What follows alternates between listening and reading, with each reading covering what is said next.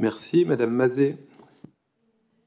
Monsieur le maire, mesdames et messieurs les élus et chers Montreuilloises et chers Montreuillois, effectivement, c'est difficile de parler aujourd'hui du Mali, donc j'interviens pour les 3 délibérations, celles-ci et les 2 qui vont suivre. Difficile de parler du Mali sans citer le nom du colonel Assimi Goïta, tant il a fait la pluie le beau temps actuellement depuis Bamako. Il vient de mener le 2e coup d'État militaire dans le pays en à peine quelques mois, 9 mois.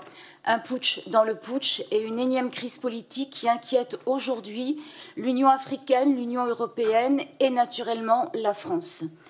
L'Élysée comme le Quai d'Orsay ont été très clairs. La France redoute notamment que le nouveau pouvoir au Mali se rapproche des islamistes que Paris combat, je le rappelle, depuis 8 ans. Et pour cause, le colonel Assimi Goïta se dit prêt à dialoguer avec les groupes djihadistes.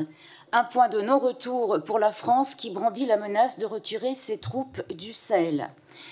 Rappelons, s'il en est besoin, que des milliers de soldats français sont déployés depuis 8 ans sur le terrain, principalement dans le nord du Mali, avec l'opération Barkhane. Plusieurs d'entre eux sont tombés au service de la France. Un colonel de l'armée, chef de la junte, a destitué du pouvoir l'ancien président Keïta et devant le tollé de la CEDEAO, la communauté économique des États de l'Afrique de l'Ouest, très impliquée dans le maintien de la paix, le pouvoir a été, à titre de transition, remis aux civils pour 2 ans. On a déjà vu ce scénario où, après une prise de pouvoir, ce pouvoir en finale était conservé par des militaires. Alors cette affaire n'est pas qu'interne au Mali, puisqu'elle touche directement la France. La preuve en est l'intervention virulente du président Macron, chef de l'État français. Suite à un double coup d'État, la diplomatie est en action pour une normalisation de la situation. Donc le gel des relations au sommet de l'État est officiellement de mise.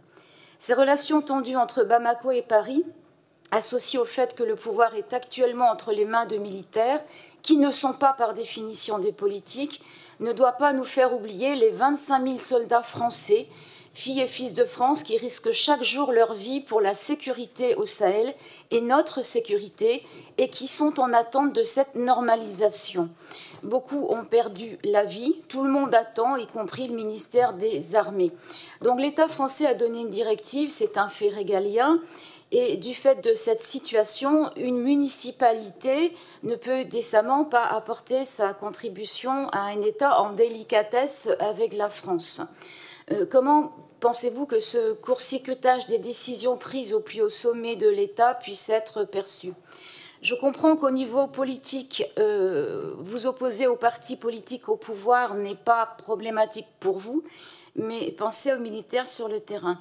Nous connaissons les relations qui unissent Montreuil et le cercle de Yélimané, et nous tenons à dire qu'il ne s'agit même pas aujourd'hui de la somme, des 2 sommes d'argent que vous allez annoncer un peu plus tard, que vous souhaitez attribuer au Mali. Nous disons que dans un contexte de déni démocratique au Mali, il est prudent et urgent de ne pas se précipiter avant l'assurance d'une normalisation de la situation. Nous demandons donc le report de cette délibération à une date ultérieure. Je vous remercie. Merci beaucoup, Madame.